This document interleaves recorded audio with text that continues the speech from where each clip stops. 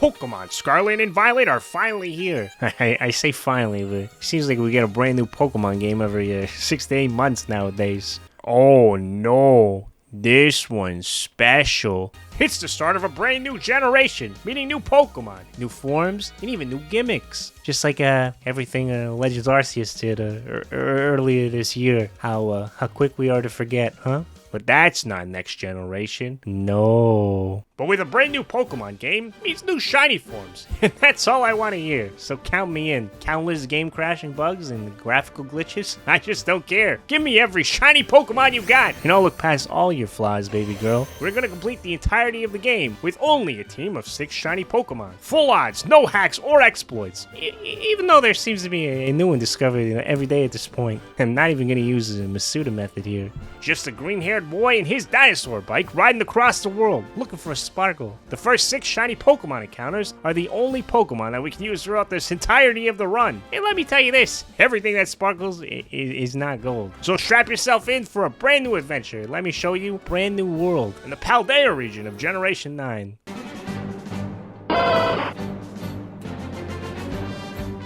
You can't just start the largest and most ambitious Pokemon journey ever since the transition to the 3rd dimension, which they still use those models to this day, without immersing ourselves in a character customization system so deep, it would make Elden Ring look like it came from Kickstarter. No, seriously, are you gonna start your journey looking like this? No, when you could look like this for the low price of $79.99. Wait, hold up. Character customization was secretly us filling out an application to go to school? Oh no, it's just terrible. Oh, what are we gonna do when they find out I can't read? I can't read. Please, Mom, you gotta reconsider. I can't go to this school thing. I'll do anything. It's just not for me. Also, it doesn't seem very fair. Why can't I go on a journey across the country like every other preteen with a dream and the other 8 generations of Pokemon games? Also, I think there's something wrong with the stairs. My feet seem to be going through them. Do you want to run past me again real quick while we have a squirrel in the house? Mom, those things belong outside. Oh, why you look like you starred in the legendary film, the Bee Movie? Is that why I've never met my father? Oh, look, it's the professor. Oh, sorry, it's the director. I should have noticed that the glasses made him Steven Spielberg. I also must have missed a part in school where the principal comes to your house on your very first day and walks you to class. Is that why I can't read, Mother? Oh, I can't forget Gerbils. My old pet, we had him stuffed after he died from obesity. But no, seriously, is there actually a worse Pokemon than this thing? No, I'll wait.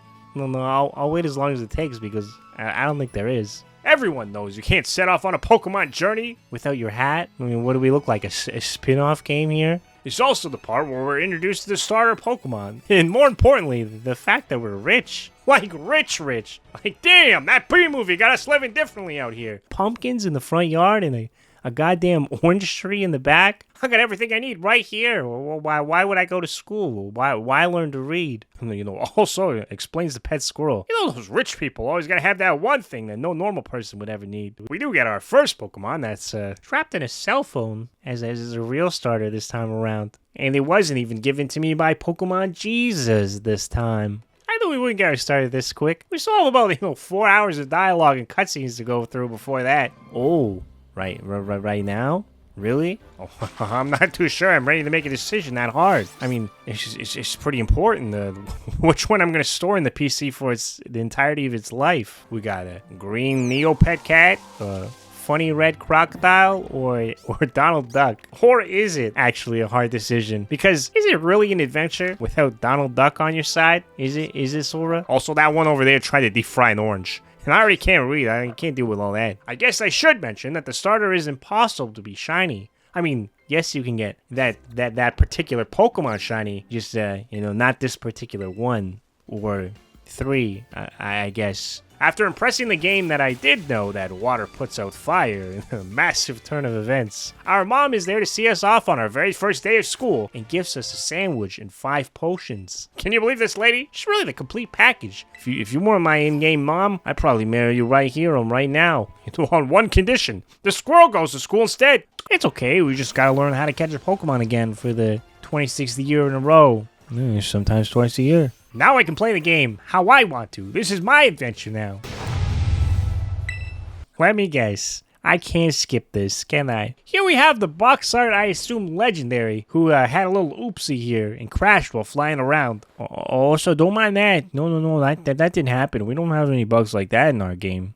We have bugs like this, even while injured. Its scream is powerful enough to break the ground beneath our feet. Surely they wouldn't give us a Pokemon that powerful this early in the game, right? Yeah, the answer is no. I mean, what do you expect? Do you expect me to give him a sandwich and just be best friends? I don't even know this guy. I can't say no. You can't say no? It's my sandwich. Even though a few minutes ago I almost died when he screamed, if not for my phone. Yeah, you heard that right. My phone saved my life. After eating our mother's sandwich, he even has the audacity to show off. You mean that could have been me?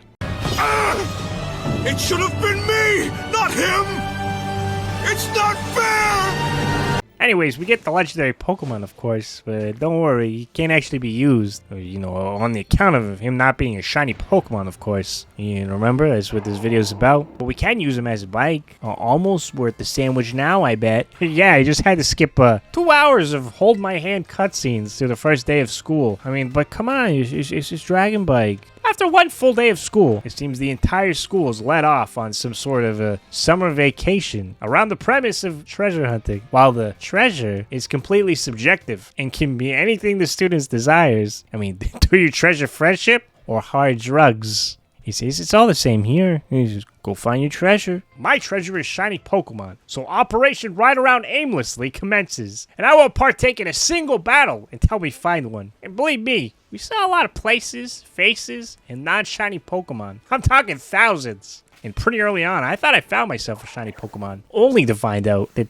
these are different Pokemon. Yep, not the same at all, am I right? We aren't quite spoiled like Legends Arceus, as the shiny Pokemon may appear visually, but if you don't notice the shiny yourself, it's on you. No audio or visual cues this time around. What's that? You don't know shiny Tauros is the exact same color, but his fur is shiny, or that Fanfi shiny is not orange after shiny hunting it for 6 hours straight. That's on you. Good luck. You're gonna need yourself a shiny encyclopedia of every single Pokemon in this game. Well, I mean, luckily the new auto battle feature will show you if Pokemon is shiny by, well, not killing it. So there's that technique that you'll be using a lot, especially for those shiny Pokemon that are visually almost identical. Even the shiny only expert of the sorts makes mistakes, like Fanfi. Because, yeah, that actually did happen. It was 6 hours of my life. I'll never get that back. I explored nearly the entire map that I could at this point, with no story progression whatsoever, for 8.5 hours until we encountered this. So this gotta be some kind of sick joke. You serious? You're kidding me, right? Well, you can't make this shit up. Possibly the worst shiny Pokemon in the entirety of the game. Really? What did I do to deserve this? Come on, game. Did my mom put you up to this? A shiny squirrel. Everyone's favorite shiny Pokemon from that one Pokemon game. That's everyone's favorite, right? We're not going anywhere. No, seriously, I have no choice. I guess I caught this thing in a more mid-game area, so it won't even obey me if I tried. Surely next time we'll find one much quicker and, a much better Pokemon, right? I mean, the bar's pretty low. It couldn't get much lower, so anything's better than this. Oh, of course, yeah. Never mind that shiny hunting method that you used to spawn Pokemon faster for about 3 hours. How about you just walk around here and try to auto-battle this thing, and you can't. That's a shiny right there. I'm more surprised it's even a Pokemon. Never mind the shiny. It's like a Mario mushroom, imagined as if it was in the Minecraft universe. And voiced by Chris Pratt. Come on, what is this game? Shiny? And not shiny. Oh, how didn't I notice? That's just so obvious. You know what this thing evolves into? I'm not even making this up. A literal Minecraft mob creature, which may as well be named Nutsack. I mean, come on, it's close enough. I can't read. Congratulations. You have 2 shiny Pokemon only a mother could love. We can enjoy the world of Pokemon Scarlet has to offer, now with a little less stress. And did I mention there's 5 Titan Pokemon, 5 Team Star bases, and 8 Pokemon badges for us? Yeah, we gotta do all that. I know what Pokemon badges are, but the others? I'm not too sure. 16 hours and 11 minutes in. Let's see how good this game really is. Well, since we encountered our Minecraft shiny almost right on top of a Titan Pokemon, I guess we should tackle that. Think of Titan Pokemon as a Totem Pokemon, except way cooler and even better. And if you don't know what Totem Pokemon are, aren't you lucky? Titans are just large Pokemon. That's it. Maybe like me and think that they're special, but afterwards you find these Pokemon in the wild everywhere, except it's not giant. Except that one. The first Titan Pokemon is Cloth. Oh, okay. After meeting it in a hand-to-hand combat, it runs away. And you can see it off this ledge here. So of course I should ask you, would you 1. Walk off the ledge into the Titan Pokemon, or 2. Walk all the way around the way we came? Off the cliff seems like the most logical answer, right? Somehow Pokemon Company didn't think of that one.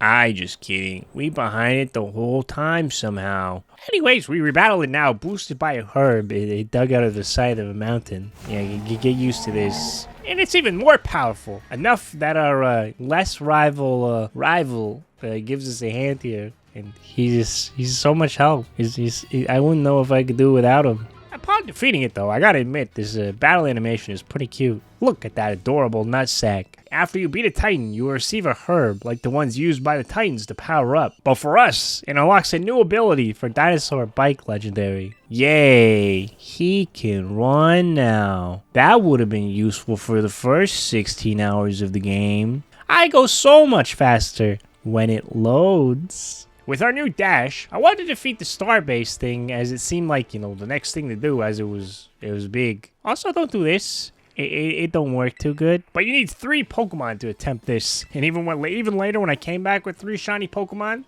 spoiler, much later, I still couldn't because the squirrel wouldn't obey me. But a gym battle? We can do that. I assumed that these things would scale to your level as, based on the fact that you can attempt these gyms in any single order. And it's one of the selling points to this game. The gyms don't scale whatsoever. Luckily, I picked the electric gym, and we had Knacklestack, the Legend of Dream SMP. The electric gym leader is actually a streamer, and we're collabing. And before we can do the gym battle, we have to drive up viewership before the battle. I'm not too sure how me playing Pokemon Where's Waldo excites your viewers for Pokemon battle. I thought you had to watch MasterChef with no commentary to do that. And every single gym in this game has a pre-gym challenge like this. And after finding the director in a point-and-click adventure and doing a few pre-gym battles, we can finally take on Iona, where she of course live streams the battle and even begs for subscribers mid-fight. See, I'm above that. I would never ask for such a thing. No matter how entertained you may or may not be at the moment, I would never ask you to subscribe. That the only Iona would do something like that. I would never stoop to such levels. And ever so easily, we defeated this gym with 0 deaths, 0 casualties. Alright, I gotta admit, there was a few difficulties. But when I did defeat said gym leader, after taking a few selfies with my new best friend, the game crashed almost immediately afterwards, and we had to do it all over again. With our first gym and Titan defeated, I thought we may as well grind out for our next shiny Pokemon. And after losing about 5 hours of progress, mindlessly riding my bike around and auto-battling Pokemon before it crashed again, I came across a mass outbreak. Well, I'm not too sure how or why 3 Pokemon qualify as mass outbreak, but what Pokemon would be more fitting to join our team of Minecraft Block and Squirrel than a small living, breathing engine? Just an engine. I'm glad it's considered poison type. I'm guessing gasoline. Vroom vroom. Why? It is gold. If you couldn't see the difference. Of course, I catch the engine, as glitchy as it seemed, and name it Thomas. Really got ourselves a dream team. Thomas, Deez, and Nutsack. Name a more iconic trio, or a better question, name a less iconic trio. I bet you can. But now, we have game to play. And yes, this tiny living combustion engine is indeed wearing a large crystal axe on top of his head as a hat. Don't be alarmed, it's just this game's gimmick. Is hats. So much so, we can't even remove our own. We can battle the grass gym leader with our brand new poison buddy, who actually listens to us, so that's good. And after attempting to do the pre-gym challenge before it actually started, trying to find the 10 hidden Sunfloras before they were even hidden. They're so nimble that they even defy frame rate itself. The battle couldn't be much easier as Thomas defeats his entire team with poison moves. And even puts his axe hat back on to chop down that Sudowoodo. Takes some selfies with Thomas to commemorate the win. And we're back off on the journey that is life. Or I guess just my life. Shiny Pocket Monsters. At the next gym, we have our first official rival battle with Nimona. I'm gonna just refer to her as Pneumonia from this point on because that's what autocorrect wants to name her. So I'm not gonna fight autocorrect. That's a losing battle. She has a very lackluster team until I see this funny egg sombrero hat wearing crocodile. Oh, he's so silly. Oh shoot, no way! Is that double hats? An egg sombrero and a chandelier? Oh my god, this is peak Pokemon. I'll take 13 more copies to go. Unfortunately for double hats crocodile, Minecraft is still better and defeats it. Afterwards, I quickly realized I won't do this gym anymore. I'd much rather kick around the giant olive into a soccer net. Yep. Yeah, that's what I feel like today. I would have never known prior to this, so thank you, Pokemon Company. I now want to be a pro olive baller. Aw, what do you mean there's a gym battle after this? I just wanted to play Olive Garden Simulator. This life's not fair. Also, this gym is clearly under my current level, as Thomas solos the whole thing. And the bug lady gave us some cupcakes. I don't know if I would trust those personally, kid. The game then introduced us to the most obvious champion character design I've ever seen. You know, she's looking like a stand user compared to the average NPC, and even us. And I went through a lot of character customization for this, and you still look like that? This is when I went on the 6-hour-long hunt for Fanfi, and even the large Fanfi dad wasn't shiny. Oh man. And whoa, oh my god, out of nowhere, not even hunting this thing, it's Fanfi's dad. Shiny. I would have actually never noticed if the Fanfi was shiny, because I assumed that this was the color. But I'm also very happy, as this was the only shiny Pokemon that I hunted continuously for. I didn't even get to use our new pal, Gerard, to take on the much larger, not shiny Gerard. He's even got a nice flat earth hat here. That's nice. I'm nowhere near strong enough to defeat this Titan, so I'm clearly not in the right place in the right time. Psych! You can beat any Pokemon with Salt Cure. If you just stay alive long enough, the saltiness will kill them. Just don't question it. It's Salt Cure. It just kills them with the salt. With our second Titan defeated and sandwiched, we can now fly. Or, well, fall with style. And we find out the whole reason for Arvin for doing these whole Titan battle things. To help revive his dog back to full health as he got hurt in a terrible accident and he refuses to put it down. And luckily he did, because just 2 herb sandwiches in, and now it can open its eyes. I'm not gonna lie, there's nothing more heartwarming than a good human and pet storyline. It's very simple, but effective. On to the next Titan, Earthworm Jim. I thought I finally found a weakness in this thing, which is even more impressive because of our low typing coverage. When I find out his ability is Eats Ground. Or something like that. He eats ground type moves. Why even be super effective if I can't even hit it? Luckily, it's part steel, so Salt Cure chips away a lot more for some reason. No, funny enough, this move is more effective on steel and water type Pokemon, when it really should be more effective on ice, as Salt melts ice. But with the Titan down means another herb sandwich and a new power-up, and this one's gotta be good. Last time we got the ability to fly. Oh, that's right. Now we have the ability to jump bigger. Yup, real high. But don't worry about that. His dog can bark now. That's much more important. Our squirrel also evolved regardless of it still not obeying me. Just in time for it not to listen. Even when its life's on the line against the Titan Lord Chabu Javu, the false dragon. Who thought this was a dragon? You know, I need to speak to them real quick. They got some problems. I was unable to follow it as we can't swim. So I'm assuming here that the giant bird titan will teach us how to swim. Is that it? Yup, being the giant bird titan makes me able to swim. But the herb sandwich has no effect on his dog, sadly. But now that we can swim and see all the amazing water Pokemon spawns that there are in this game, including this stupid new Pokemon that's so quick and hard to avoid, it just drives me crazy. We're already extremely underleveled for this area, like I shouldn't even be here. The team has no answer for water types. Who's gonna be water? I mean, we have Minecraft Rock, Ground Elephant, an Engine, and the Squirrel, after all. Just in case you forgot. This Titan Pokemon was not fun at all. It has a 2-part battle, as the real Titan was a small sushi fish that the larger one ate. The food chain, am I right? And thankfully, our ground elephant and Minecraft block both have a little life raft to float them to safety here. Well, you know, regardless of them being, you know, one-shotted. But all it takes is one salt and staying alive to defeat anything in this game. And we get our final herb, granting us the ability to climb mountains. Infinite Breath of the Wild stamina glitch style. Oh, and his dog is fully back to health. He doesn't have to put it down anymore. But who cares? We can climb mountains now. Know how useful this is? Yes, the dog is his only family member, and he has no other parents physical in his life. Oh, I'm talking mountains. This concludes the Titan storyline for now. And after we go back to Arvin's house / the lighthouse lab, and he sees his mom for the first time in years on his screen. And all that's left is one final battle with Arvin.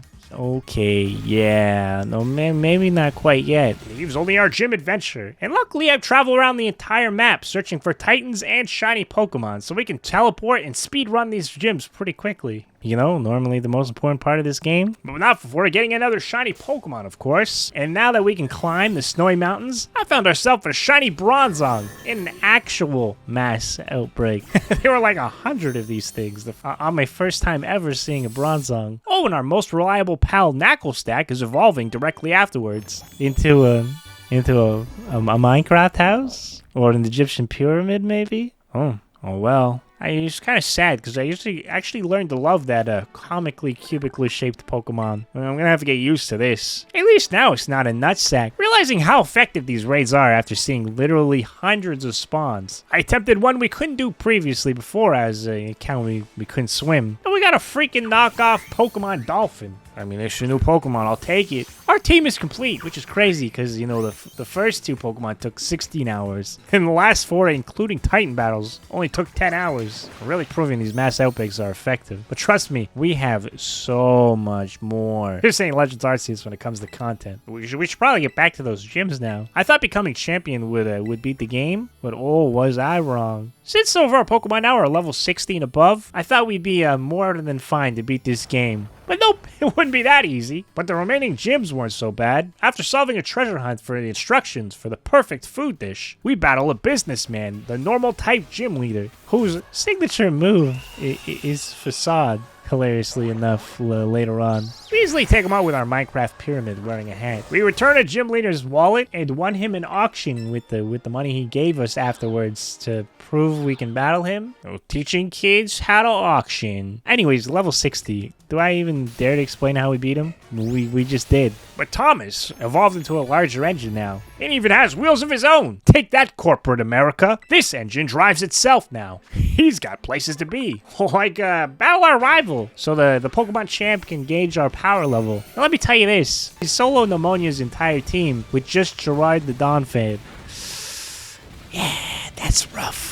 That's when the champion lady tells us that Pneumonia is literally training us to be her worthy rival. Secretly, she has no one to train with because she's that strong. And not even the Elite Four champion stood a chance. Pneumonia is literally Goku, and she's just warming up, meaning we'll really have to ascend to further beyond. You know what? I put in hours upon hours looking for colored automobile engines, Minecraft roofs, elephants, hell, even a living bell, even a squirrel. I think I could be Goku. But first, we're gonna have to snowboard down a hill on our dragon motorcycle, of course. You know, almost forgot about that. The gym leader is Ice, of course, if you couldn't tell. I mean, come on, there's snow literally everywhere. What do you think this was, like a ghost gym or something? And don't be silly. That's the other village across the street. But this one, the gym leader is, or I guess was, a pro snowboarder before becoming a gym leader. And 10 out of 10 gym leader. He stood no chance, but he had colored hair, and he snowboarded, and he lives in similar environments than me in real life. And that's priceless. On the neighboring Ice Village is home to the Ghost Gym. No, for real this time. That wasn't even a joke. We have another rival battle. Where did Sombrero Hat Crocodile go? What is this? I won't accept this.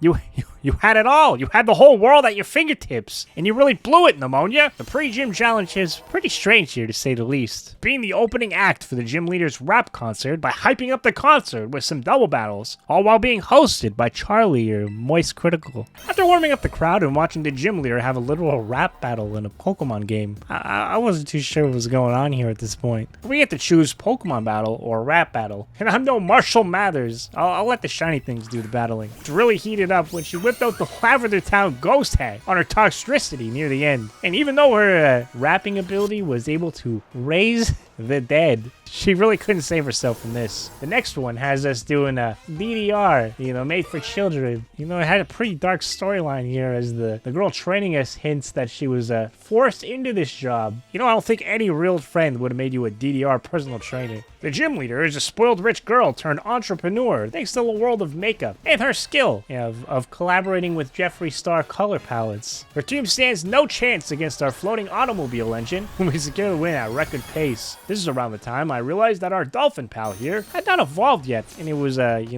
getting close to level 50. And the Elite Four is next up. I would really appreciate to achieve that evolution before that. The power of co-op with my real-life rival and friend Patrick, I was able to evolve the dolphin into, the dolphin with a heart on his chest. And before one of you start the speech of, you remember the good old days when evolutions meant your Pokemon actually, evolved and changed? I'll let you know this. This dolphin can be a superhero. You just have to switch it out in battle and it transforms. Like the good old Superman in the telephone booth trick.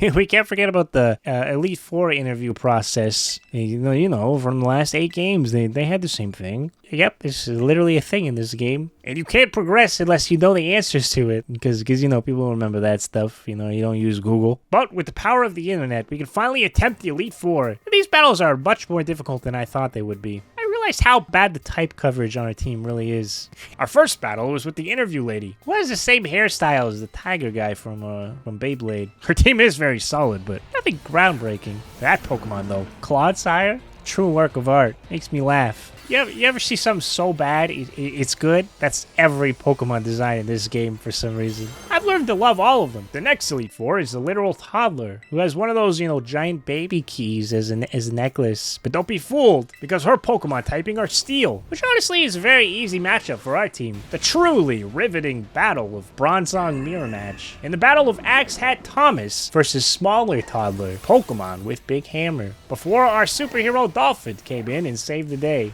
Up next is Larry. Larry, the normal gym leader. Again? Oh, sorry, how could I forget? The gym was his day job, I guess. I'm so confused here because he says his boss is also the same boss that he had as a gym leader. But whatever. Besides that, he uses flying Pokemon here. Hence the slight overlap of Pokemon from his previous gym. And I guess that's why his signature move in the last one was Facade. Man's living a double life like Batman, except if, Bruce Wayne had a secret life of being, a more powerful Bruce Wayne. Leaving only the final Elite Four member. This guy. Yeah, I honestly didn't really care too much at this point. I thought I was really close to rolling the credits, but boy was I wrong. Telly revealed a Baxcalibur, a dragon with an axe in its back, named after some sort of sword-dragon hybrid. You'd think it would be dragon and steel, right? No, the thing's ice somehow, even though it doesn't matter because once it wears its dragon hat, it's just dragon from here. Thanks to the power of bath salts in Minecraft, we're able to defeat this guy, and we're finally ready for the final battle. My squirrel, you remember that shiny I caught, 30 hours, is level 70. Yes, 70 at this point. I'm kind of over this. Well, what else could you throw at me that shiny hunting hasn't already conditioned me for? That's the answer, I guess. What are these Pokemon? Been around the whole goddamn region 1,000 times. Never have I seen any of this. Starts off pretty basic. That bird we've seen, may have no idea what its typing is, but we can make it work. Go-Goats, I've seen those all over. That's normal. Even Avalog is pretty basic. But I'm sorry, what is this? Must have missed the King Gambit area of the game. Like, what is this thing with its ability Supreme Ruler? You got a dictator for a pocket monster? Like a Supreme Ruler? Name one person in history goes by Supreme Ruler that turned out to be a good guy. In his attack, Kowtow Cleave is slicing through my entire team. This can't even be legal. Like, what is this thing? I mean, eventually, the Minecraft beats Supreme Ruler with a bit of salt, but it doesn't end there. Oh no, she has my worst nemesis. That new fish that chased me all around the water. See, I have absolutely zero knowledge of what this thing is. Since this is supposed to be Spain, I'm assuming it's supposed to be a Spanish mackerel of some sorts. Maybe that's what they've done here. This is a signature Pokemon, you can tell. From her entire appearance and identity is clearly based off this floating wig of hair Pokemon. She even claims that somehow this Pokemon will bring the light to this world? What kind of Final Fantasy final boss is this?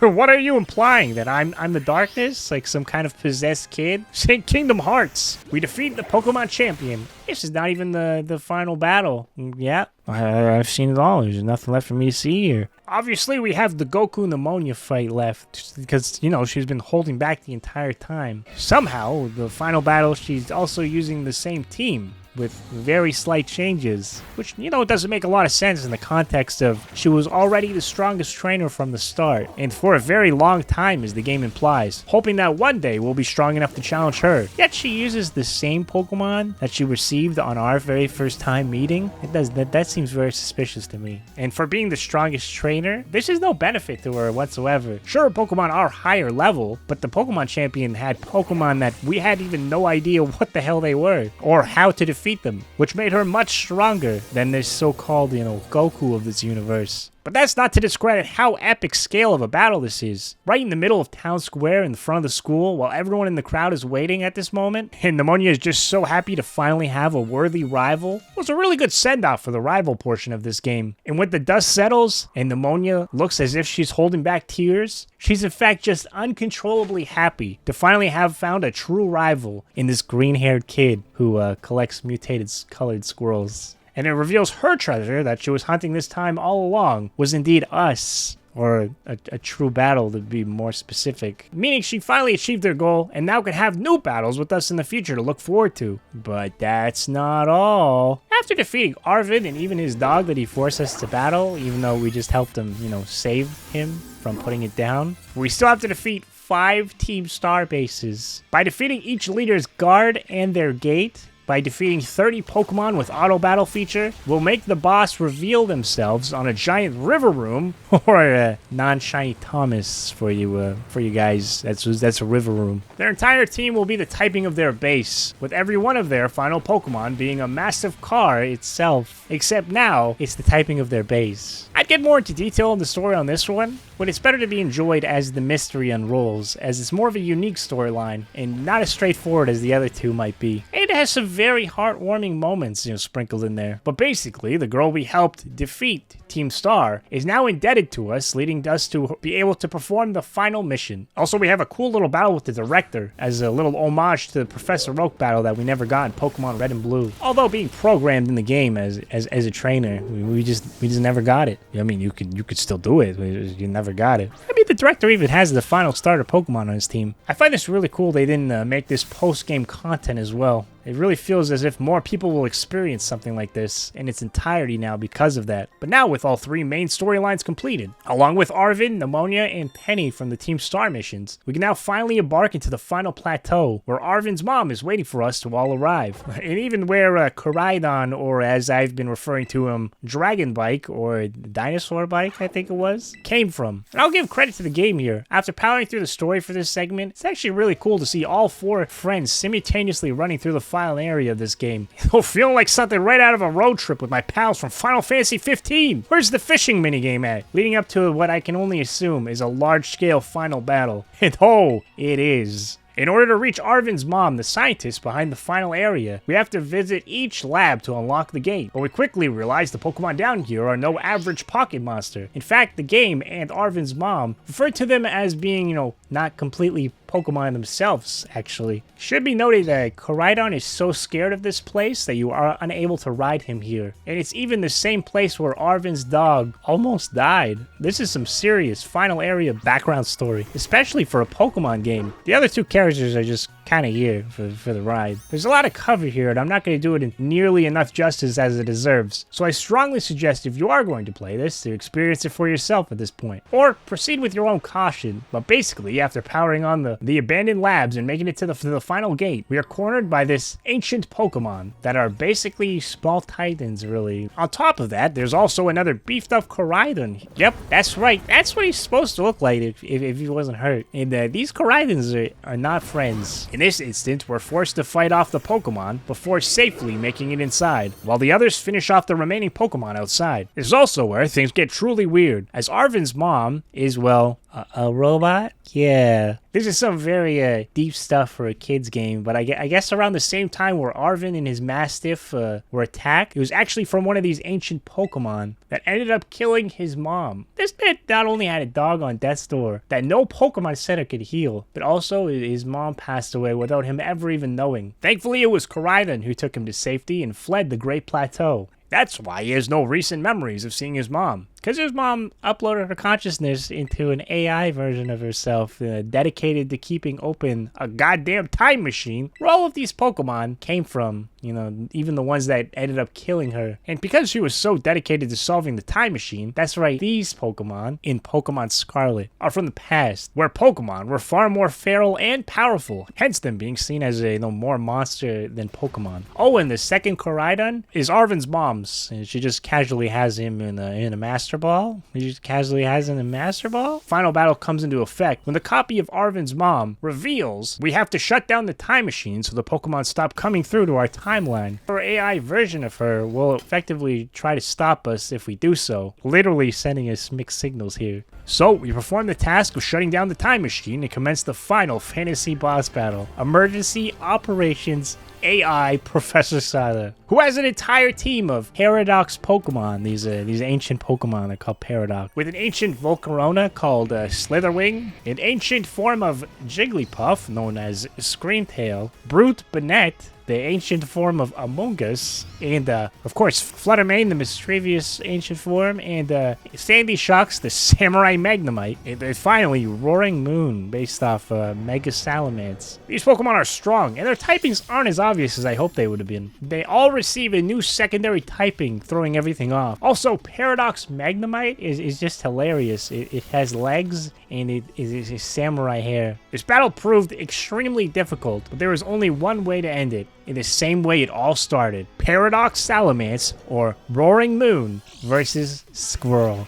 In one final battle, winner takes all, and with only 37 HP left and a final body slam, we defeated and stopped the AI Professor. In a final heartfelt message, and albeit not his real mom, essentially the AI, acknowledges that he's got much older and she still loves him. Before a security alarm goes off and the Paradise Protection Program initiates, where all Pokemon and Pokeballs not registered to Professor Sada are rendered useless and no Pokemon can come out of them. Oh, well, the AI Professor terrestrializes and summons her final Pokemon, Koraidon. Hilariously, the battle even starts, regardless. When we throw out a Pokemon, well, this happens. It seems pretty obvious that there is something we can do at this point, as we're still being instructed to battle without a Pokemon. And that hit me. Both Koraidons were originally Professor Sada's Pokemon, meaning we can use that by selecting the Bike Koraidon in the party menu. And lo and behold, with the power of friendship, Koraidon goes even further beyond being a bike. It even looks much more like something you put on the cover of a game. It's clearly a scripted fight. Basically, last moment, our terrestrialized orb starts working, allowing us to terrestrialize our Koraidon, making his signature move now Dragon and super effective. And 2 shots later, the Protector Paradise Koraidon is defeated, and AI Sada with it. Although Professor Sada seemed to be returning to normal after we defeated her, the only thing she can do is send herself to the past to stop anyone from ever using the time machine ever again. Stopping the Paradox Pokemon from ever entering again. But let me tell you this, there's still plenty to shiny on here in this cave. 8 more gyms to be rematched. So if you want to see me take on the post game with only a team of shiny Paradox Pokemon, hit that like and subscribe. Pokemon Scarlet and Violet, although ambitious and with many flaws, is a shot in the right direction for the franchise, and overall a great story, and I can't wait to see what comes to the endless possibilities of DLC. But as always, I've been R9, and I hope you had yourselves a damn good time.